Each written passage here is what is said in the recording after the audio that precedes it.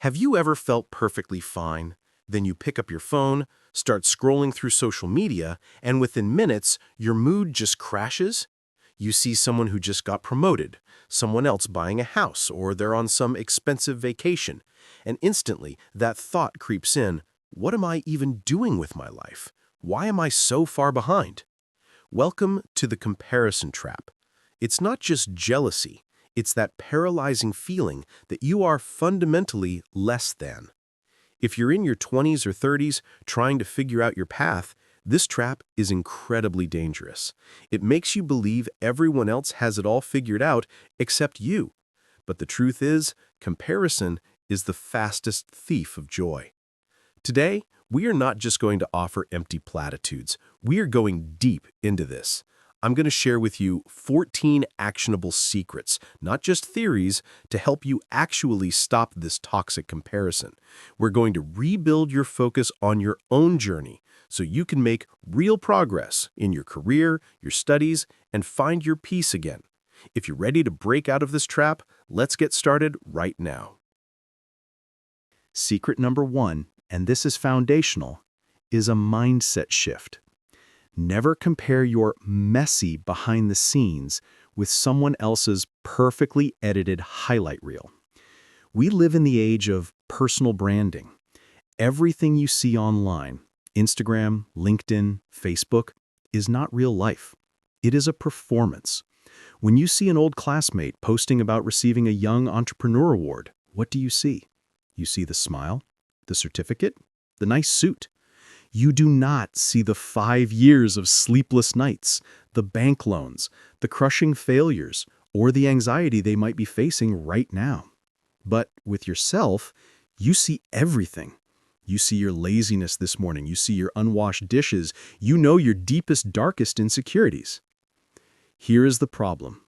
You're taking the worst, most raw information about yourself and weighing it against the best, highly curated information of others. That comparison is rigged from the start.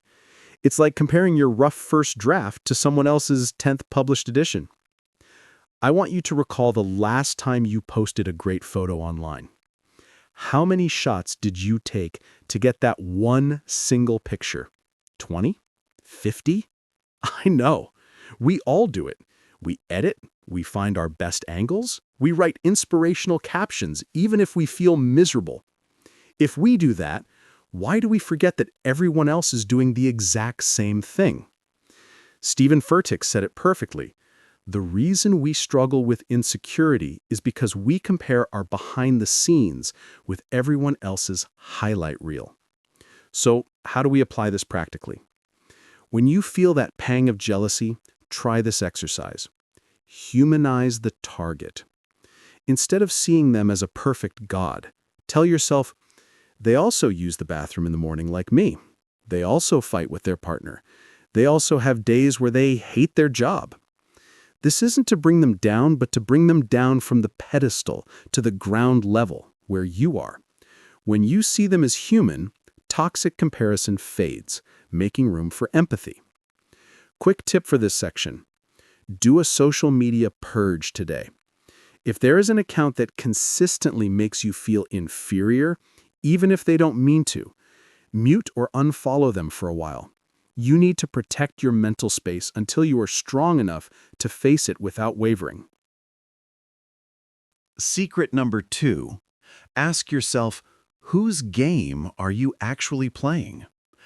A lot of comparison pressure comes from trying to win a race we don't even want to be in. Society hands us a default script. Get good grades, go to a good university, get a high-paying job by 25, get married by 30, buy a house, have kids. If you follow that script, you are considered a success. If you deviate from it, you feel like a failure. But what if your definition of success is completely different?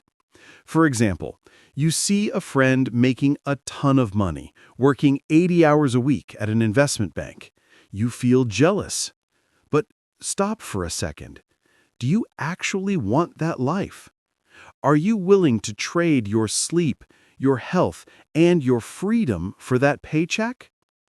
If the answer is no, then why are you comparing yourself to them? You are playing soccer, and they are playing basketball. The rules are different, the scoring is different. Comparing your goals to their baskets is completely absurd.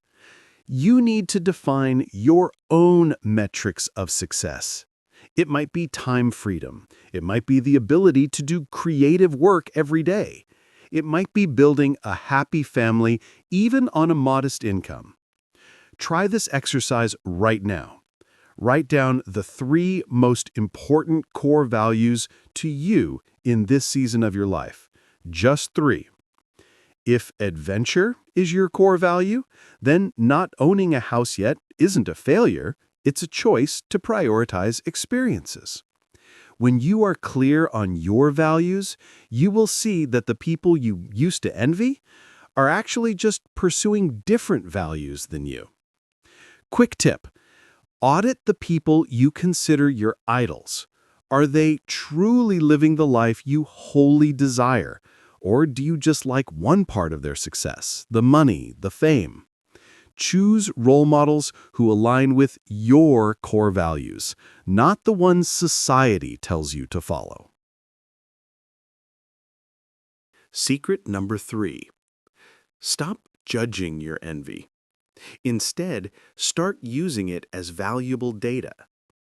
We often feel ashamed when we get jealous. It's an ugly emotion, right? It makes us feel petty. But I want you to shift your perspective right now. Envy is actually a compass. It points you toward your deepest desires that you might be suppressing or ignoring. You never envy something you truly don't care about. You don't get jealous when someone wins a Nobel Prize in physics if you are an artist, right? You only get jealous when someone has something you actually want. So, the next time that green-eyed monster appears, don't push it away. Invite it to sit down and interview it. Ask yourself, what exactly am I envious of here? Let's go deeper. Say you see a friend quit their corporate job to travel the world. You feel that pang of envy, but look closely. Do you actually want to sleep in airports, carry a heavy backpack, and have no steady income? Maybe not. Perhaps what you really envy isn't their trip, but their courage. You envy that they dared to break the rules, or you envy the sense of freedom they have. Once you realize that, you don't need to buy a plane ticket tomorrow. You just need to find a way to bring more freedom or courage into your current life. That is how you turn a toxic emotion into an action plan. Psychologists distinguish between 2 types of envy: malicious envy, when you want the other person to lose what they have, and benign envy, when you admire them and want to level yourself up to reach them. Our goal is to transmute everything into the benign type. When you see someone achieve what you want, say, even out loud, "This is proof that it is possible. Thank you for showing me what is possible." Your exercise: create an envy map. The next time you scroll and feel that twinge, write down who triggered it. What specifically was it? What is the deep underlying need? When you name it, it loses its power over you. It transforms from a scary ghost into useful information. Secret number 4. Don't just look at the trophy, look at the sweat. You have to learn to fall in love with the process, not just the result. We often compare others' shiny achievements with our current boredom. You see someone with a perfect body on Instagram and you feel insecure about yours. But here is the critical question. Do you want their entire process? Do you want to wake up at 5 a.m. every single day, eat bland boiled chicken breast for 6 months straight, and say no to every party? If the answer is no, then you have no right to compare your results with theirs. This is called the iceberg illusion. We only see the 10% above water, the glamour, the money, the recognition. We ignore the 90% below the surface, the sacrifice, the iron discipline, and the boring, repetitive daily grind. When you envy someone, ask yourself, am I willing to trade my entire life for theirs, including all their struggles, risks, and sleepless nights, to get that success? If you don't want the full package, stop wanting the reward. This is actually very liberating. It helps you realize you aren't inferior. You just have different priorities and aren't willing to pay the price they paid. And that is completely okay. To stop comparing results, change how you measure progress. Shift from lag measures to lead measures. Lag measures are the final outcomes, the money you made, the weight you lost. You can't directly control them right now. Lead measures are what you do today. How many words did you write today? How many minutes did you exercise? When you focus on lead measures, you take back control. You no longer worry about how fast others are running. You only care if you hit your targets today. Success is not a flashy event. Success is boredom executed consistently. Fall in love with that boredom, and you will become immune to comparison. Secret number 5. Stop measuring the distance to the finish line. Start measuring the distance from the starting line. I call this measuring backward. We often hear about gratitude, but sometimes it feels a bit cheesy, right? When you feel like a failure, it's hard to just say, I'm grateful for having food to eat. Instead, I want you to try reverse gratitude. Most of us live in the gap, the space between where you are and where you want to be. That gap is always full of disappointment because ideals always move further away. But the happiest people focus on the game, the distance between where you are and where you started.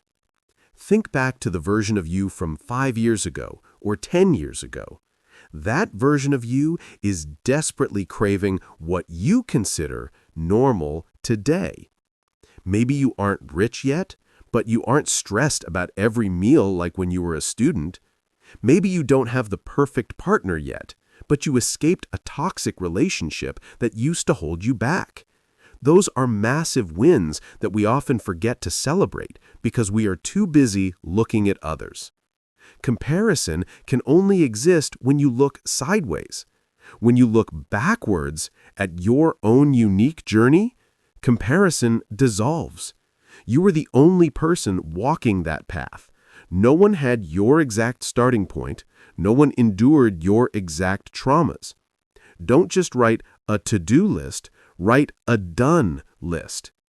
Every weekend, instead of beating yourself up over what you didn't do, write down 3 to 5 things you did overcome or complete that week, no matter how small. Sent that difficult email. Exercised 3 times even though I was tired. Didn't text my ex when I was drunk.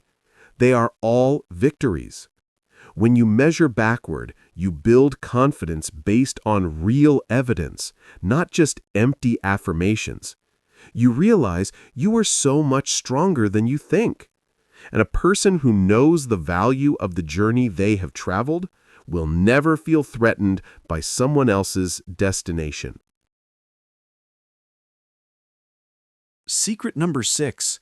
Give yourself permission to be a clumsy beginner.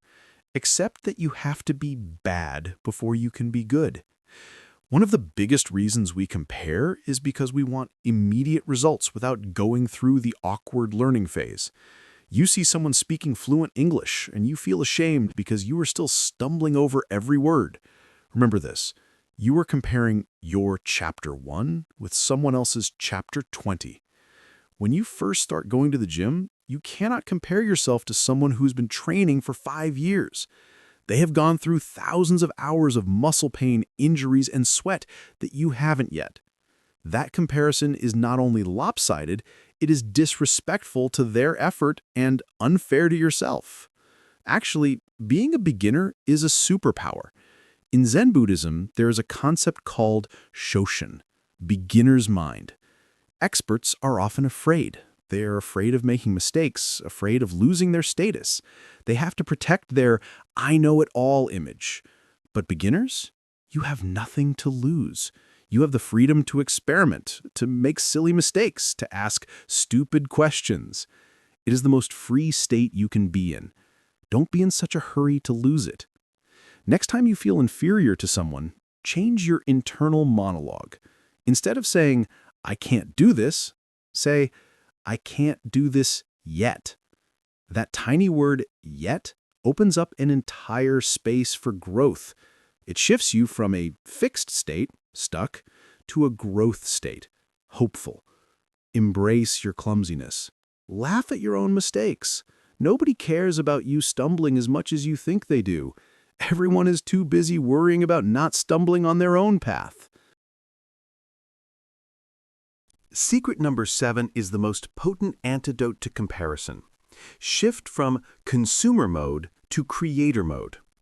Let's be honest with each other. How many hours a day do you spend consuming other people's lives? Scrolling TikTok, watching travel vlogs, reading about someone's success on LinkedIn, binging Netflix. When you are in consumption mode, you default to the role of a spectator. And spectators can only do one thing: watch, judge, and wish. You are sitting in the bleachers of life, watching others play the game.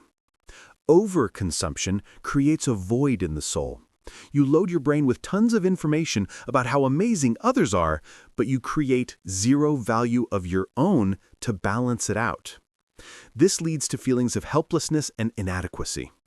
You feel small because you are letting these giants crowd your mind.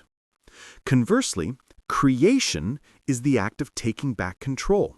When you create something, anything at all, you move from the bleachers onto the playing field. And don't get me wrong, creativity doesn't mean you have to paint a masterpiece or start a business tomorrow. Creativity is simply output. It can be cooking a new meal instead of ordering takeout. It can be writing 3 pages in a journal instead of reading 30 minutes of news. It can be repotting a plant, knitting a scarf, or even artistically rearranging your desk. Every time you bring something into existence that wasn't there before, you are affirming to your brain, I am capable. I can impact this physical world. That feeling is called self-efficacy, and it is the arch enemy of comparison. Imagine your mind is like a river. If you only have input without output, it becomes a stagnant, suffocating pond. That is where envy breeds. But when you create, you open up the flow. You are too busy molding your own work to have time to look over at someone else's. Have you ever seen someone deeply engrossed in playing guitar stop mid-song to envy someone else? No, they're in a flow state. So, here is your challenge. Apply the create before you consume rule. Especially in the morning. Do not open your phone and load other people's lives into your brain the moment you wake up. Spend the first 30 minutes creating something. Write down some ideas, do some exercise, or prepare a beautiful breakfast. Fill your morning with yourself before you let the world invade. When you have these small wins early in the day, you will find yourself less vulnerable to those flashy images on social media later on. You already have your own vaccine. Secret number 8. Replace toxic competition with genuine connection. The person you envy the most might actually be your best teacher. Comparison often tricks us into believing in a zero-sum game, meaning if they win, I lose. If they shine, I am dimmed. If they take that piece of cake, I will starve. This is an incredibly dangerous scarcity mindset. It turns everyone around you into potential enemies. And guess what? Living in a world full of enemies is exhausting and lonely. The truth is, success is not a finite pie. Success is more like fire. Someone lighting their candle does not dim yours. In fact, if you stand close to them, you might get a little more light and warmth. When you see someone doing what you want to do, instead of sitting in the dark throwing rocks at them, why not walk over and ask, "How did you do that?" I challenge you to do this. Pick one person who makes you healthily jealous and send them a genuine message, not to flatter them, but to learn. Try something like, "Hi, Aname, I really admire how you—" what they do well. "I'm currently struggling with your problem. Do you have any advice for a beginner like me? Thank you so much." You will be surprised by the results. Most successful people are lonely, and they actually love to share their journey if someone asks sincerely. By doing this, you turn an imaginary rival into a real-life mentor. Furthermore, when you connect with them, you will see they are human too, with their own insecurities. The veil of perfect mystery will drop, and you will find it much easier to breathe. We are wired for connection, not comparison. If you are feeling behind, what you need is not to run faster to beat others, but to find a tribe to run with. Let them pull you up instead of letting envy drag you down. Secret number 9. Replace the fear of missing out, FOMO, with the joy of missing out, JOMO. Let's talk about Friday night. You are at home, in your most comfortable pajamas, ready to watch your favorite movie. Suddenly, you open Instagram. You see your friends at a newly opened bar. They are laughing, cheering, looking absolutely radiant. Instantly, a sickening feeling appears in your gut.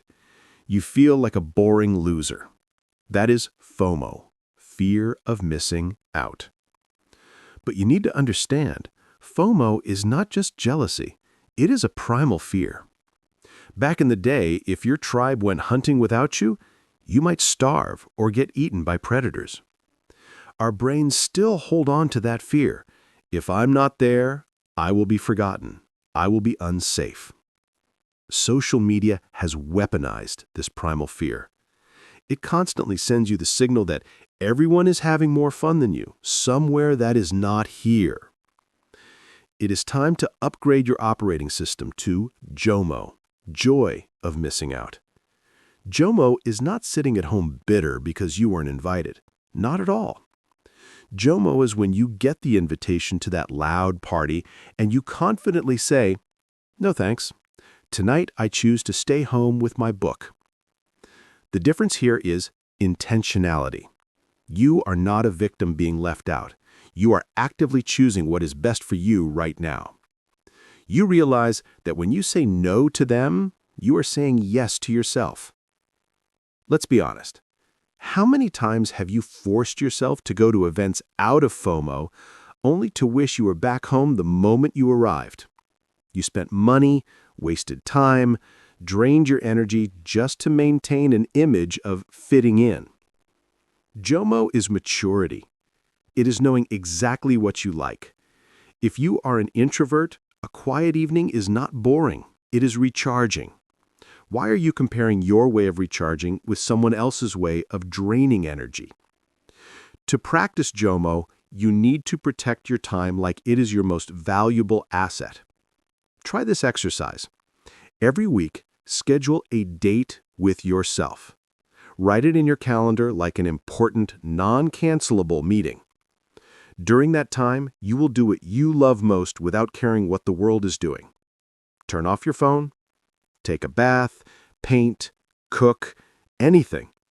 When you learn to enjoy your own presence, you will no longer crave presence at other people's parties. You are already enough. Secret number 10. Don't wait until you feel ready or perfect to start. Start right now with an action so small it's ridiculous.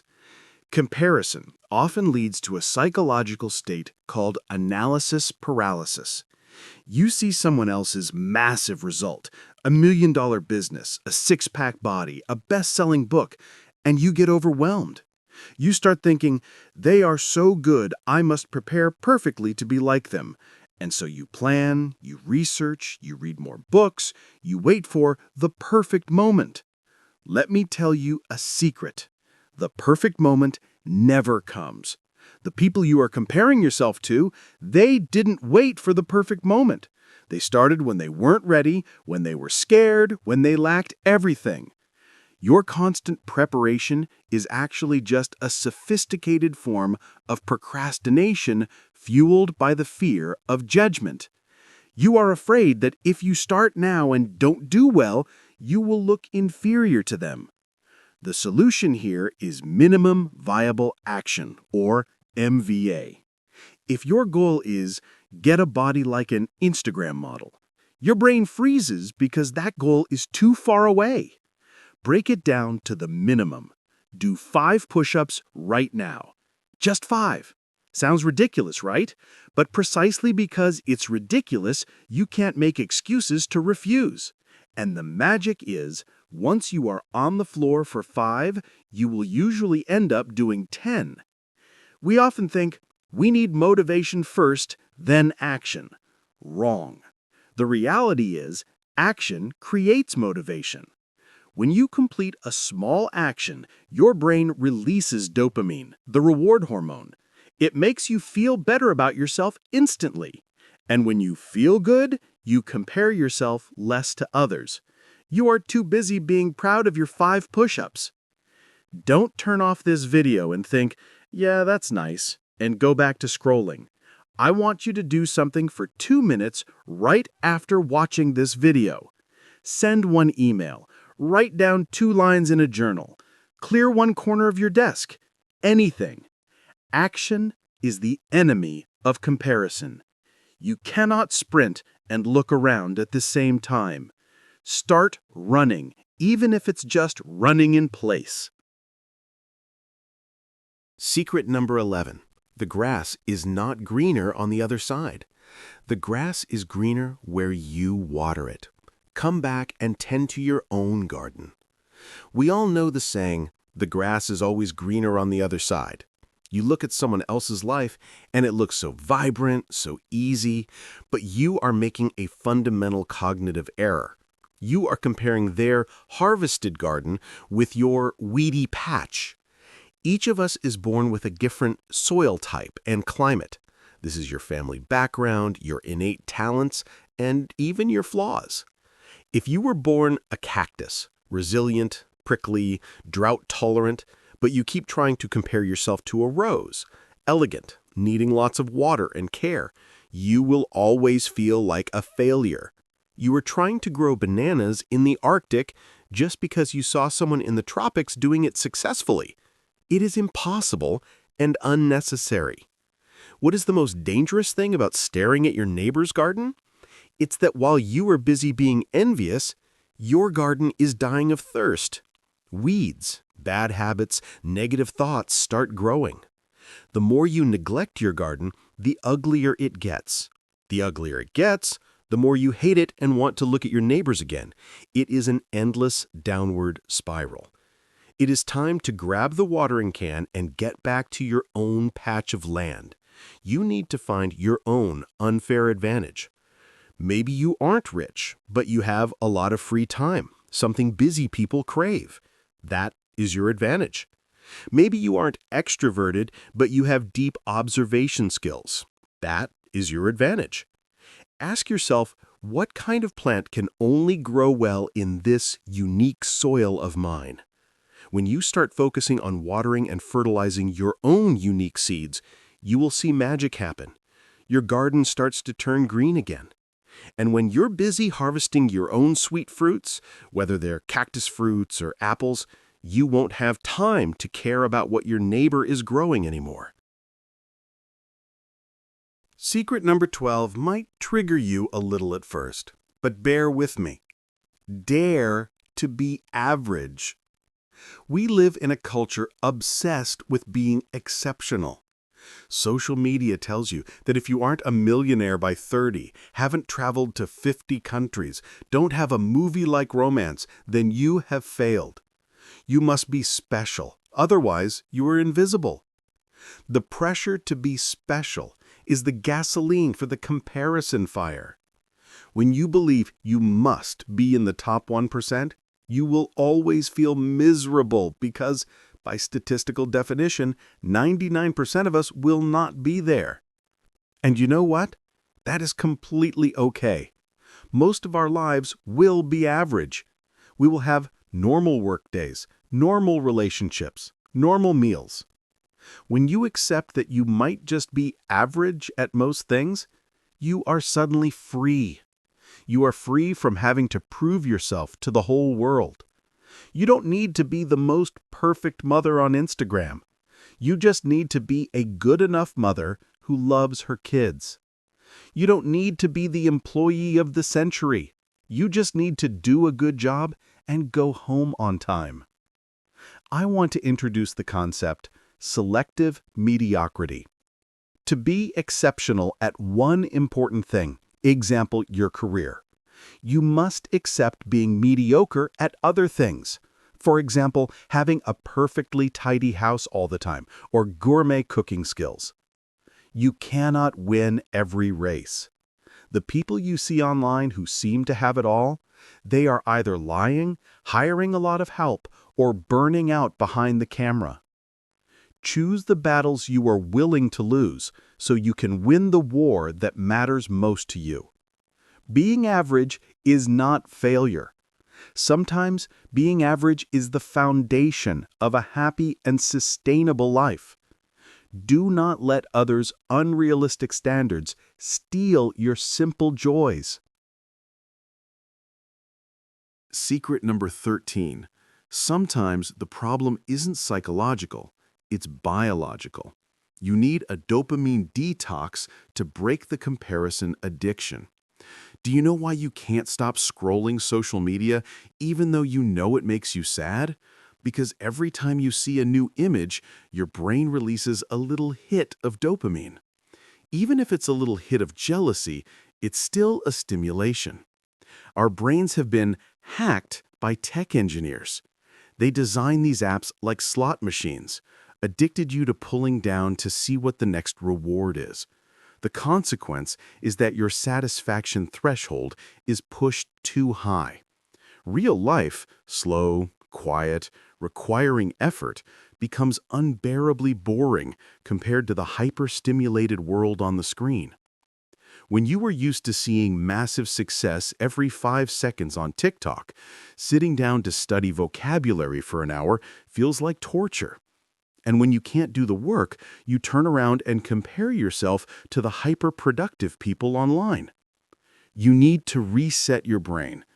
I propose a challenge, a 24-hour dopamine detox. For these 24 hours, no social media, no Netflix, no games, no music if you always use it to escape thoughts. Even eat bland food, low sugar, low salt. The goal is to make your brain so starved for stimulation that normal activities like reading, walking, cleaning, or just sitting still become interesting again. It will be very uncomfortable. You will feel restless, bored, maybe even angry. Those are withdrawal symptoms. But push through it. When the noise settles, you will hear your own voice again. You will realize those comparison desires were just external noise planted in your head. Peace returns when you disconnect from the toxic stimulation source. If 24 hours is too hard, start by creating no phone zones in your house, the dining table and the bedroom. Protect these two sacred spaces from the outside world's invasion, and you will see your comparison levels drop significantly. We have reached the final secret. This is not a technique. This is an awakening. Stop being an extra in someone else's movie. Start being the protagonist in your own. When you compare, you turn yourself into a pitiful victim. You look at others' lives and whine, why do they have it all and I have nothing? You are handing the pen that writes your life script over to them. But think about every great movie you've ever watched. Does the main character ever have an easy life from start to finish? No. They face struggles, they stumble, they doubt themselves. They might even lose everything. It is precisely those adversities that make their story worth watching.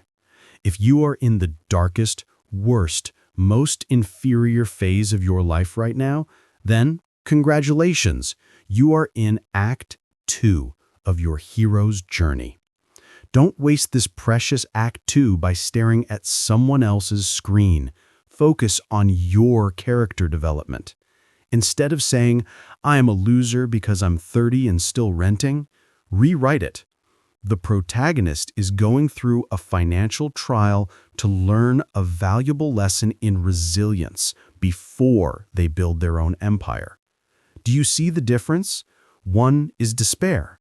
The other is hope and meaning. Try this exercise when you feel stuck. Write about your current problem in the third person. Use your name instead of I. Your name is feeling sad because they see their friends are more successful, but they don't know that this is just a necessary pit stop. Detaching yourself helps you look at your life with the compassion of a director instead of the judgment of a critic. Your life is unique. It might be messy, it might be imperfect by Instagram standards, but it is yours. Do not trade your unique, authentic script for a pale photocopy of someone else's. Pick up the pen and write the next amazing chapter. Take a deep breath. We have come a long way together. You've learned to see through the fake highlight reel, redefine your own metrics of success, and turn envy into data. You know you need to fall in love with the process, measure backward from the start, and give yourself permission to be a beginner. You will create more than you consume, seek connection over competition, and embrace the joy of JOMO. You will break paralysis with the smallest viable action, focus on tending your own garden, and dare to accept being average to be free. And most importantly, you will detox from dopamine to clearly rewrite your life script as the protagonist. Comparison won't disappear overnight. It is an old habit. But now you have the toolkit in your hands to face it every time it appears. If this video helped you feel even a little bit lighter, please help me spread it by hitting the like button and sharing it with a friend who needs to hear this. And if you want to continue this journey of realistic, no-nonsense self-development, hit subscribe to the channel and ring the notification bell. I would love to know, out of these 14 secrets, which one hit home the most for you today? Comment the number of that secret down below. I will read them all. Thank you for giving me your valuable time. Remember, you are doing so much better than you think. See you in the next video.